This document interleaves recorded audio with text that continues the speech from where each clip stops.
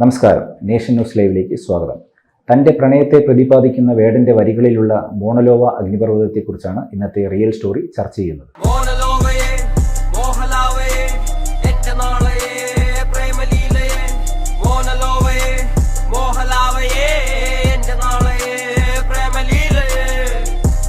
Hawaiian ദ്വീപിലെ 5 അഗ്നിപർവ്വതങ്ങളിൽ ഒന്നാണ് മോണലോവ. Hawaiian ദ്വീപിൻ്റെ ഏകദേശം പകുതിയോളം ഈ അഗ്നിപർവ്വതം ഉൾക്കൊള്ളും. സമുദ്രനിരപ്പിൽ നിന്നും ഏകദേശം 4169 മീറ്റർ ഉയരത്തിൽ സ്ഥിതി ചെയ്യുന്ന ഇത് ഭൂമിയിലെ ഏറ്റവും വലിയ സജീവ അഗ്നിപർവ്വതങ്ങളിൽ ഒന്നാണ്. ഹവായൻ ഭാഷയിൽ നീണ്ട പർവ്വതം എന്നാണ് മോണലോവ എന്ന വാക്കിൻ്റെ അർത്ഥം. ഒരു ഷീൽഡ് വോൾക്കാനോ അഥവാ കവചാഗ്നിപർവ്വതമാണിത്, അതായത് ചെരിഞ്ഞും വിശാലവുമായുള്ള രൂപം. ഭൂമിയുടെ അടിത്തട്ടിൽ നിന്നും അളക്കുമ്പോൾ എവറസ്റ്റ് കൊടുമുടിയുടെ ഉയരത്തേക്കാൾ ഇരട്ടി ഉയരം ഇതിനുണ്ട്. മുകളിൽ മഞ്ഞുവീഴ്ച ഉണ്ടാകാറുമുണ്ട്. ഇതിൻ്റെ മുകളിൽ ഏകദേശം 15 ചതുരശ്ര കിലോമീറ്റർ വിസ്തൃതിയിലുള്ള ഒരു ഗർത്തം സ്ഥിതി ചെയ്യുന്നു. ഇതിൽ നിന്നും പുറത്തു വരുന്ന ലാവ വളരെ ദ്രാവക രൂപത്തിലുള്ളതും സാവധാനം ഒഴുകുന്നതുമാണ്.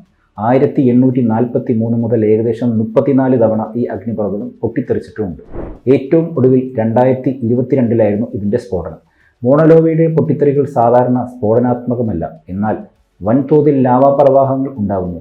ഇത് ചുറ്റുമുള്ള പ്രദേശങ്ങളെ ബാധിക്കാം. മോണലോവയുടെ ലാവാപ്രവാഹങ്ങൾ ഹിലോ, കൈലുവ, കോന തുടങ്ങിയ സമീപ നഗരങ്ങൾക്കാണ് ഭീഷണി. എന്നിരുന്നാലും മന്ദഗതിയിലുള്ള ലാവാപ്രവാഹങ്ങൾ മൂലം മിക്കപ്പോഴും മുൻകൂർ മുന്നറിയിപ്പുകൾ ലഭിക്കാറുണ്ട്. US ജിയോളജിക്കൽ സർവേയുടെ ഹവായൻ വോൾക്കാനോ ഒബ്സർവേറ്ററി മോണലോവയെ തുടർച്ചയായി നിരീക്ഷിക്കുന്നു. ഹവായൻ സംസ്കാരത്തിൽ മോണലോവ വിശുദ്ധമായൊരു സ്ഥലമാണ്. ഹവായൻ ദേവതയായ പെലെയുമായി ഇത് ബന്ധപ്പെട്ടിരിക്കുന്നു. മോണലോവ ഭൂമിശാസ്ത്രജ്ഞന്മാർക്കും വോൾക്കാനോളജിസ്റ്റുകൾക്കും ഒരു പ്രധാന പഠന കേന്ദ്രമാണ്. ഹവായ് വോൾക്കാനോസ് നാഷണൽ പാർക്കിൻ്റെ ഭാഗമായ മോണലോവ ലോകത്തെമ്പാടുമുള്ള സന്ദർശകരെ ആകർഷിക്കുന്നു. എന്നാൽ സുരക്ഷാ കാരണങ്ങളാൽ പല പ്രദേശങ്ങളും പൊതുജനങ്ങൾക്ക് നിയന്ത്രിതമാണ്. മോണലോവയെക്കുറിച്ചുള്ള ഈ വീഡിയോ നിങ്ങൾക്ക് ഇഷ്ടമായെന്ന് കരുതുന്നു. ഇഷ്ടമായെങ്കിൽ വീഡിയോ ലൈക്ക് ചെയ്യാനും ചാനൽ സബ്സ്ക്രൈബ് ചെയ്യാനും മറക്കരുത്. കൂടാതെ മോണലോവയെക്കുറിച്ച് നിങ്ങൾക്കറിയുന്ന കൂടുതൽ വിശേഷങ്ങൾ കമൻറ്റ് ചെയ്യുക. മറ്റൊരു വീഡിയോയുമായി വീണ്ടും കാണാം. നന്ദി, നമസ്കാരം.